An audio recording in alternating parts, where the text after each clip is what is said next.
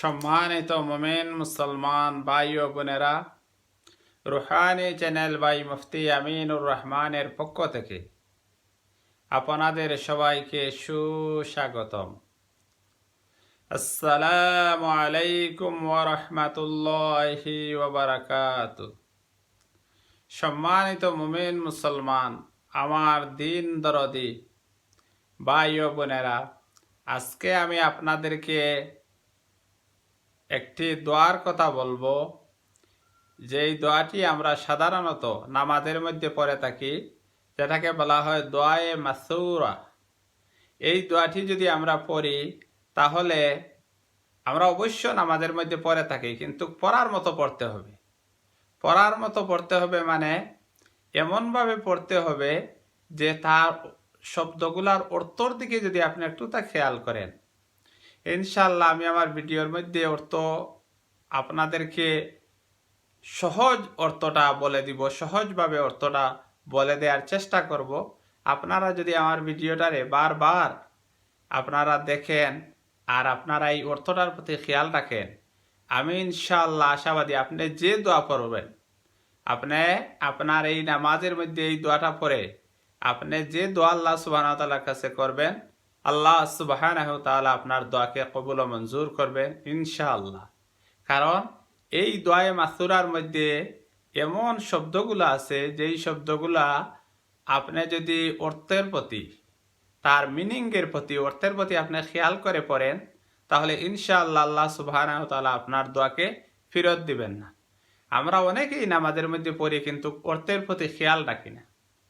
যেমন দোয়ায়ে মাসুরা আমরা আপনার শেষ বৈঠকে তাশাহুদের পরে, আত্তাহিয়াতুর পরে আমরা আল্লাহুম্মা সাল্লি আলা বারিক আলা, যেটাকে দুরুদে ইব্রাহিমি বলা হয়, এই দুরুদের পরে আল্লাহুম্মা সাল্লি আলা পড়ার পরে আমরা এই দোয়াটি পড়ি, দোয়ায়ে মাসুরা।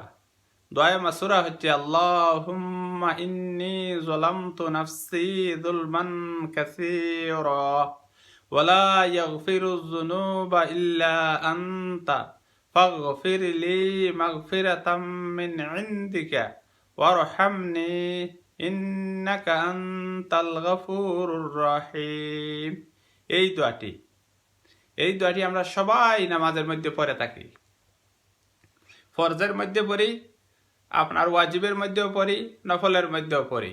এই জন্য এই দোয়াটির অর্থ প্রতি যদি আমরা খেয়াল রাখি, তো ইনশাআল্লাহ সুম্মা ইনশাআল্লাহ আমাদের দোয়া আল্লাহ সুবহানাহু ওয়া তাআলা যে উদ্দেশ্যে আমরা দোয়া করব, ইনশাআল্লাহ আল্লাহ সুবহানাহু ওয়া তাআলা আমাদের দোয়াকে কবুল ও মঞ্জুর করবেন। যেমন আল্লাহুম্মা ইন্নী যালামতু, যে সময় আমি এই কথাটি বললাম যে আল্লাহুম্মা ইন্নী যালামতু, আল্লাহ নিশ্চয় আমি আমার নফসের উপর, আমার সত্তার উপর, আমার জানের উপর আমি জুলুম করছি, অত্যাচার করছি। আল্লাহুম্মা ইন্নী যালামতুর অর্থ হচ্ছে আল্লাহ আমি আমার জানের উপর, নফসের উপর, সত্তার উপর আমি জুলুম করছি।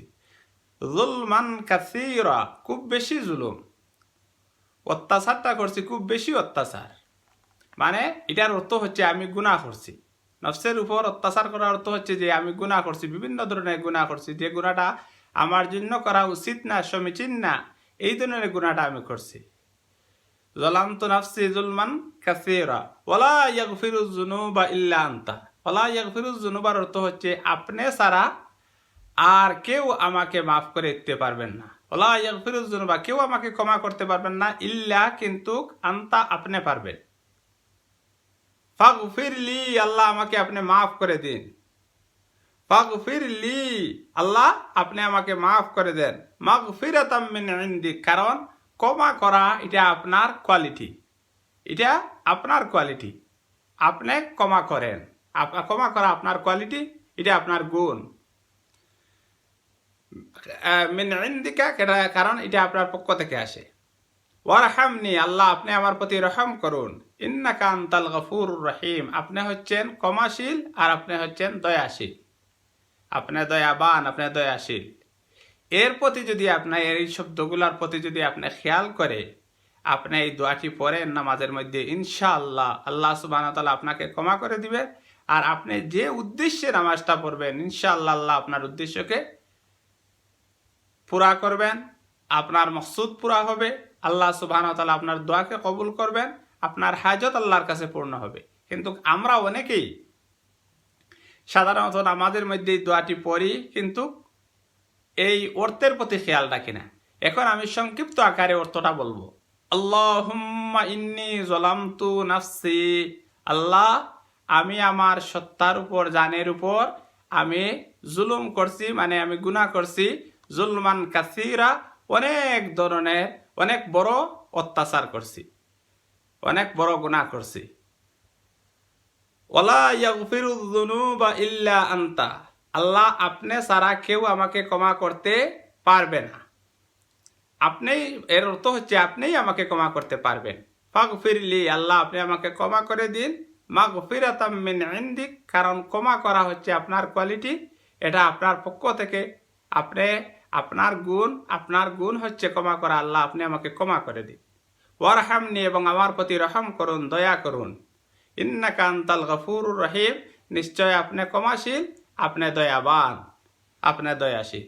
এরকম যদি মিনিংয়ের প্রতি আপনি খেয়াল রাখিয়া, অর্থের প্রতি খেয়াল রাখিয়া আপনি এই দোয়াটি পড়েন, ইনশাআল্লাহ সুম্মা ইনশাআল্লাহ, আল্লাহ সুবহানাহু ওয়া তাআলা আপনার আমার দোয়াকে কবুল করবেন।